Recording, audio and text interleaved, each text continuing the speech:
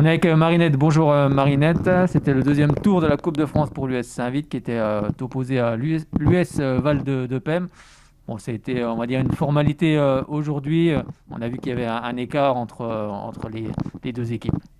Oui, il y avait un écart entre les deux équipes. Après, les joueuses, je leur ai demandé de mettre quand même les bons ingrédients, puisque ça reste un match de foot. Et sans intensité, sans rythme, on ne peut pas forcément déséquilibrer un adversaire. Et là, elles ont bien répondu à mes attentes, en tout cas.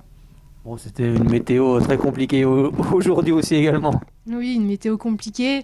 Voilà, on a changé de température en très peu de jours. C'est pour ça, du coup, les corps sont pas forcément habitués. Mais après, voilà, on a fait tout pour. On n'a pas eu de blessures, donc c'est le principal.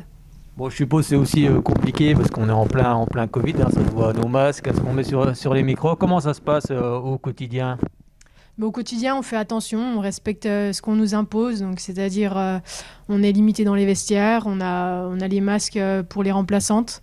Et puis, on fait tout au max pour pouvoir continuer cette saison et qu'on n'ait pas de problème le plus tôt possible. Alors cette saison, comme tu dis, a commencé.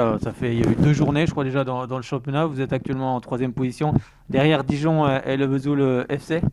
Oui, on a joué 2 journées, donc avec 2 victoires. Donc pour l'instant, l'objectif est toujours est atteint, puisque l'objectif, c'est de gagner le plus de matchs possible. Donc à voir au fur et à mesure de la saison pour aller chercher les matchs de barrage et pouvoir les jouer cette fois-ci, cette année. Oui, parce qu'on sait que l'ambition, c'est forcément la Ligue 2. Et puis, donc forcément, il faut jouer aussi ces matchs de barrage qui n'ont pas eu lieu la saison dernière en raison du Covid. Oui, les objectifs n'ont pas changé. Dans un premier temps, aller chercher les 2 premières places, de manière à pouvoir jouer les matchs de barrage. Et puis après, en fonction des matchs de barrage, essayer d'aller titiller pour aller peut-être chercher cette D2.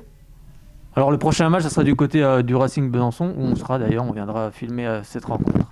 Tout à fait. Prochain match à Besançon contre Besançon. Donc une équipe qui monte, une équipe que l'on doit battre, comme toutes les autres équipes, si on veut espérer remplir notre objectif. Un petit mot pour l'adversaire du jour, l'US Val de Pem. On sait que c'est compliqué forcément quand on se retrouve au plus haut niveau régional. Oui, c'était compliqué pour elles, mais elles ont tout donné, je pense, et c'était leur objectif.